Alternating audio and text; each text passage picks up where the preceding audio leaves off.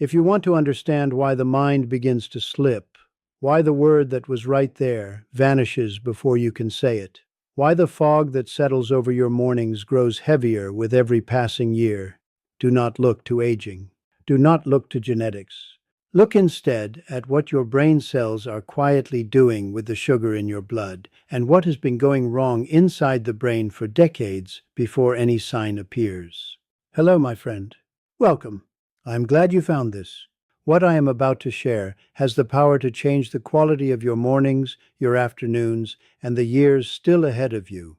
It can change the quality of life for someone you love, someone who sits quietly across the table from you and seems somehow more distant each week.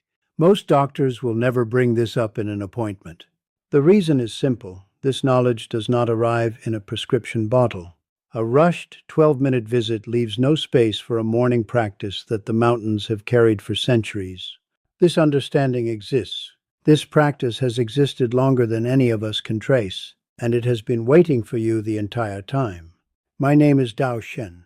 For over 60 years, I have walked a path of healing inside a monastery high in the Himalayas, studying first under my teacher, then in the ancient texts he pressed into my hands when I was still a young man.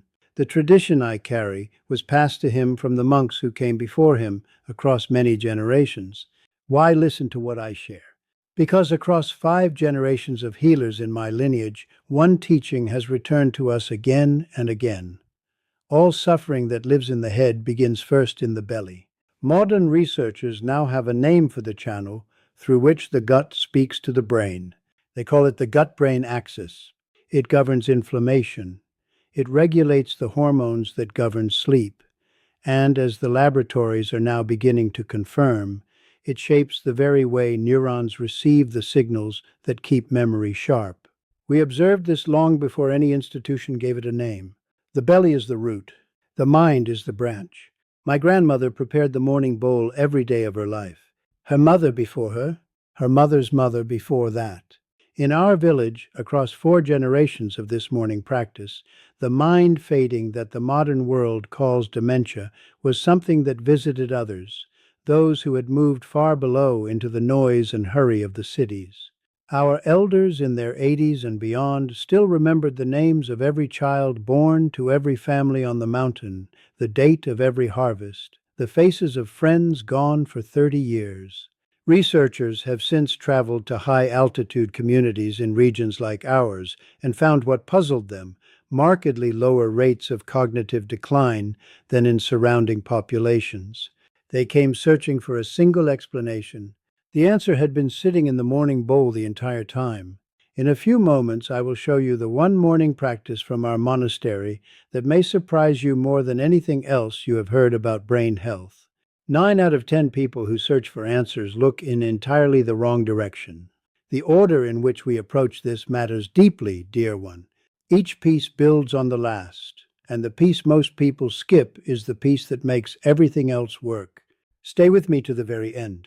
Before we go further, I want to ask you something. Leave a comment below. Tell me your age. And tell me this: do you notice the fog most in the morning when you first rise, or does it arrive later in the day, settling in around the afternoon hours? Your answers guide every video I make on this channel. I read every single comment on this channel, and what you share shapes what I teach next. In this video, I will show you the warming morning preparation that monks in my lineage have used for centuries to keep the mind clear long past the years when clarity is expected to fade. I will show you what my teacher called the hidden bridge, the biological path between the belly and the brain that almost no brain health conversation addresses. I will show you the breath practice the old monks used before the first meal of the day, the one that prepares the body to receive what the morning bowl offers. I will show you the companion habit that deepens the morning preparation's clearing effect when timed with care, and I will share with you the master teaching, the single most important shift after 60, the one I have watched bring clarity back to minds the world had already begun to give up on. A quiet favor, my friend. If you have not yet subscribed to this channel, press that button now. 2 seconds free, costs you nothing. Every subscription helps this teaching reach one more person sitting alone with these same questions. That is the only reason I ask. Now let us begin. The truth about what is actually happening in the aging brain begins here. Researchers studying Alzheimer's disease noticed several decades ago a striking pattern in the brains of those who had lived and died with the condition. Neurons that had stopped responding to insulin. These cells were starving, cut off from the glucose they had relied on their entire lives.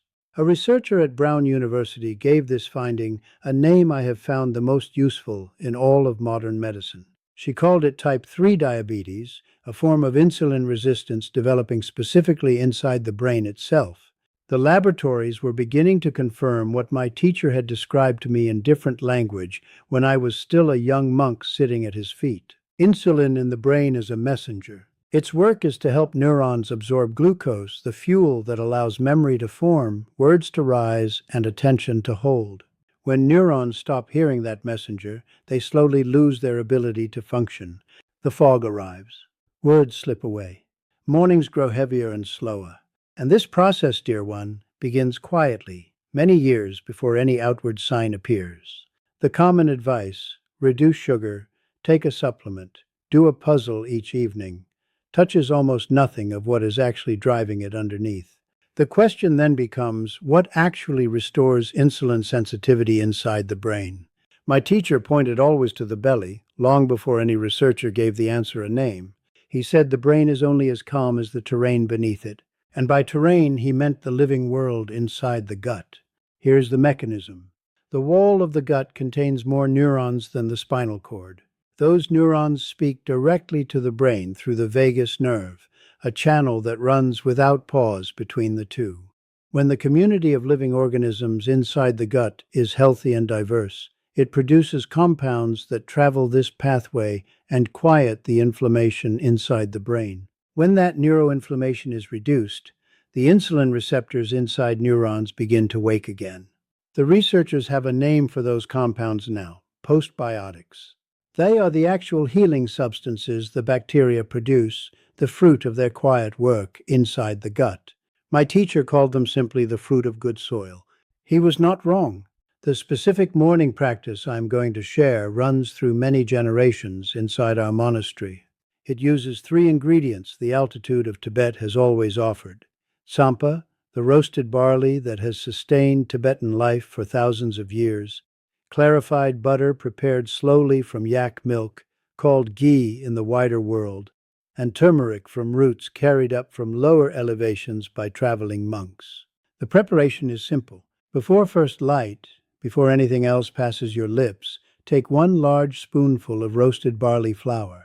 Tsampa is its Tibetan name. If barley flour is not easy to find in your town, fine ground roasted oat flour from a health store will serve the same purpose. To this, add 1 level teaspoon of clarified butter or ghee and 1/2 teaspoon of ground turmeric.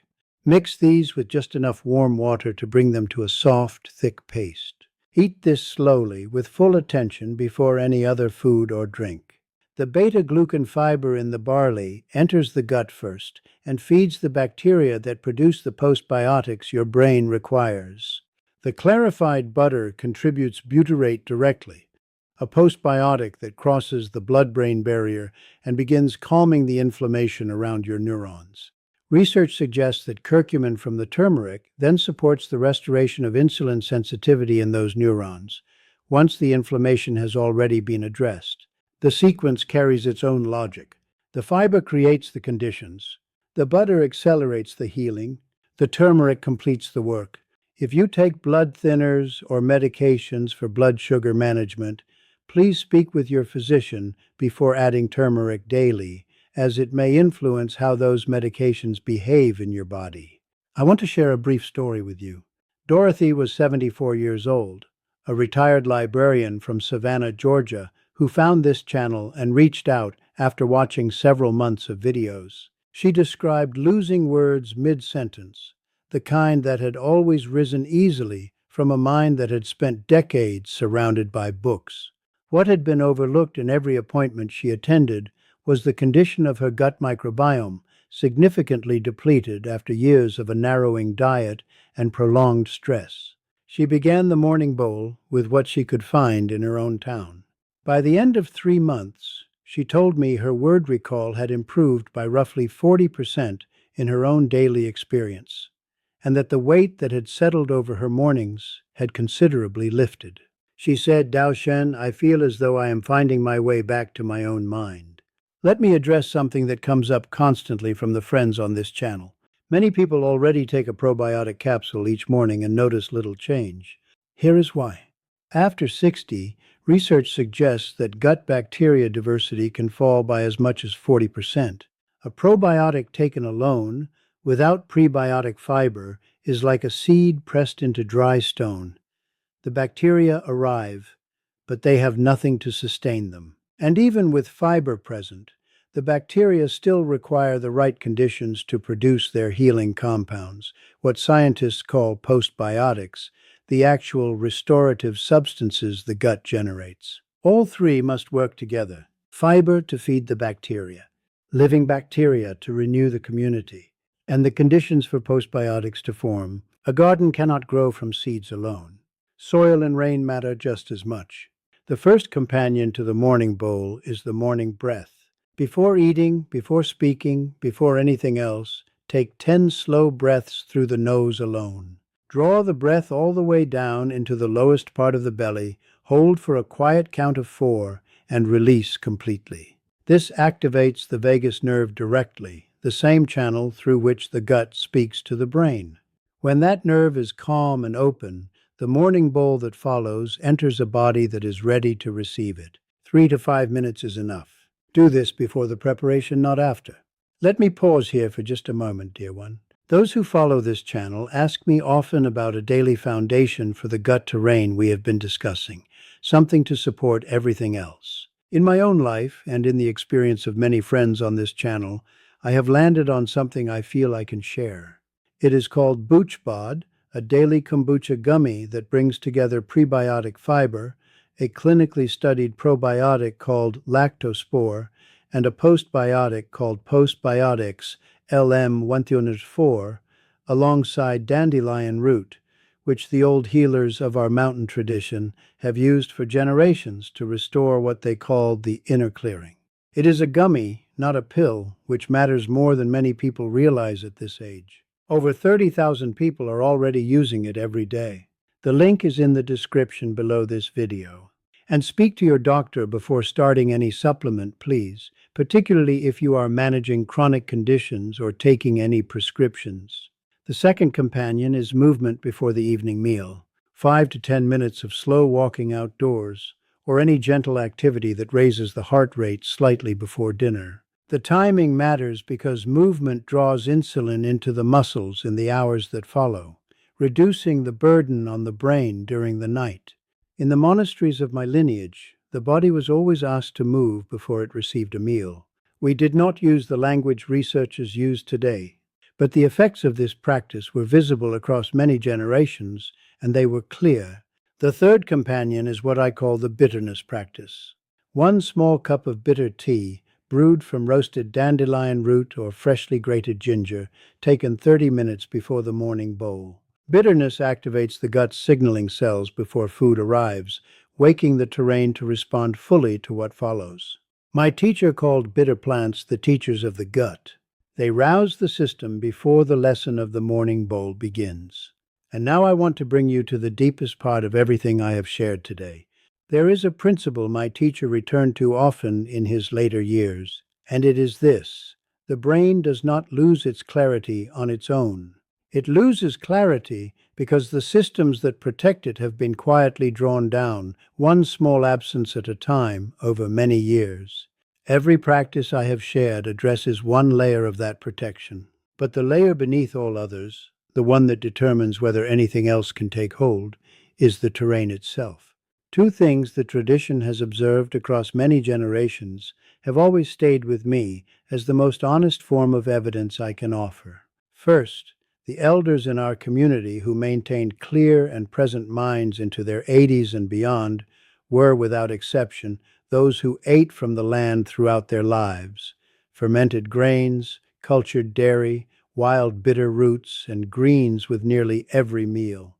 They were restoring their gut terrain in every morning, without ever knowing a word for what they were doing. Second, the elders whose minds faded earliest were almost always those who had suffered the greatest disruptions: prolonged illness, years of restricted diet, seasons of deep grief during which very little was eaten, or sudden changes in daily life that stripped the old habits away entirely. Their terrain had been depleted, and no one had helped them restore it.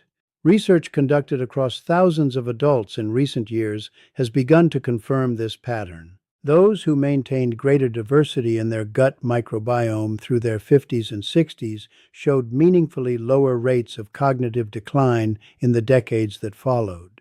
The laboratories are, as my teacher would have said with a quiet smile, finally catching up to what the old ones already knew. Here's what this means for you. Begin with the morning bowl. Give it 8 weeks of daily practice before you expect to feel it. Add the morning breath in the first week. Add the evening movement in the second week. Add the bitterness tea in the third. Let each layer settle before adding the next. By the 8th week, you will have built something very close to the way the elders of my lineage lived their mornings for as long as any of us can remember. I want to tell you about Frances. She was 71 years old, a retired music teacher from Burlington, Vermont, who wrote to this channel in early autumn describing what she called gray mornings, the feeling of waking inside a thickness, reaching for a thought that had been right there the night before and finding it gone. She had been told by her doctor that this was simply aging. What had been overlooked entirely was the state of her gut terrain, narrowed over years of a restricted diet and prolonged stress following a difficult period in her life. She began the morning bowl, then the breath, then the movement, one layer at a time, as we have discussed today. By the end of 3 months, she measured her own word recall on a simple daily exercise she had been keeping for over a year. It had improved by roughly 52%. She wrote to me and said, "Dao Shen, I did not know I had been waiting this long just to feel like myself in the morning. That is what this is about. That is why I teach this." Now let me offer a few final principles from more than 60 years of watching what actually works. The first, consistency matters far more than quantity. 1 small spoonful of tsampa prepared every morning without exception will do more in 3 months than a large bowl prepared 3 times a week. The body responds to daily rhythm, not to occasional effort. Terrain is shaped by daily practice. The second, add a small pinch of black pepper to the morning bowl. Curcumin from turmeric is absorbed poorly on its own. A pinch of black pepper increases its absorption significantly. The old monks did not know the word for piperine. They had learned through long observation that the 2 spices travel far better together. The third, warmth matters at this age more than most people realize. Cold water first thing in the morning, cold preparations, cold drinks before the body is fully woken, all of these dampen the digestive fire before the day has started. Warm water in the morning bowl, warm tea before the walk, warmth in whatever you take first. The ancient texts return to this observation many times. Your body will confirm it quickly if you pay attention. The fourth, the brain does its deepest clearing during sleep. There is a system called the glymphatic system that flushes accumulated waste from neurons during deep rest. Every morning bowl you prepare is working in service of a night that must also be tended. If your sleep is fragmented, attend to that alongside the morning practice, not after. 3 mistakes I see most often, dear one. The first is taking a probiotic capsule alone and waiting for the terrain to change. Without prebiotic fiber to sustain the bacteria, they have no foundation to survive on long enough to produce what the brain requires. The morning bowl solves this directly because the barley fiber is itself a prebiotic. The capsule and the bowl together are far more than either alone. The second mistake is stopping the morning bowl within 2 weeks because no dramatic change has been felt. The terrain was depleted over many years. Restoring it takes a minimum of 6 to 8 weeks before the effects reach the brain in any way you will notice. The mountain does not form in a season. This practice requires the kind of patience the modern world rarely teaches. The third is eating the morning bowl after coffee. Coffee stimulates cortisol and shifts blood sugar before the barley fiber has had any chance to do its quiet work. The bowl must come first. It must be the foundation on which the day is built, not an addition to a morning already underway. You have stayed with me through all of this, and I do not take that lightly. I want you to understand what you are truly protecting when you tend your mind this way. You are protecting your independence. You are protecting the morning when you know every face in the room and every name behind it. You are protecting the afternoon when your grandchild asks a question and the answer rises up from somewhere clear and sure and immediate. You are protecting the Sunday call, the kitchen table, the walk in the garden where you still know the name of every flower you planted. This is not about food and morning habits. This is about the life still ahead of you. It is never too late. I have watched the body begin to restore itself at 70, at 75, at 80. The terrain responds to care in any season, at any age. You are the one who tends this life. You always have been. Let me bring it all together for you now. The morning bowl, sampa or roasted barley flour, with ghee and turmeric, taken before anything else, feeds the gut terrain that communicates directly with your brain and begins restoring the insulin sensitivity the neurons require. The morning breath, 10 slow nasal breaths before eating, activates the vagus nerve and opens the pathway between gut and brain, so the morning bowl can do its deepest work. The evening movement, 5 to 10 minutes before dinner, reduces the insulin burden on the brain through the night and honors the old principle that the body should move before it receives food. The bitterness practice, dandelion or ginger tea 30 minutes before the morning bowl, wakes the gut signaling cells and prepares the terrain to receive what follows. And the master teaching, the terrain is the foundation. Restore it through daily practice, one layer at a time, and the mind will begin, slowly and surely, to find its way back to itself. If this teaching has been of use to you, please subscribe so I can continue bringing it to you each week. And share this video with a spouse, a sibling, the oldest friend in your life who may be sitting quietly with the same fears but has not yet found their way here. Leave me a comment below telling me which part of this practice you will begin first. I read every single comment on this channel. If you would like to support the gut terrain we discussed today, BoochBod is waiting in the description below whenever you are ready to take a look. Walk gently, my friend. I will see you in the next one.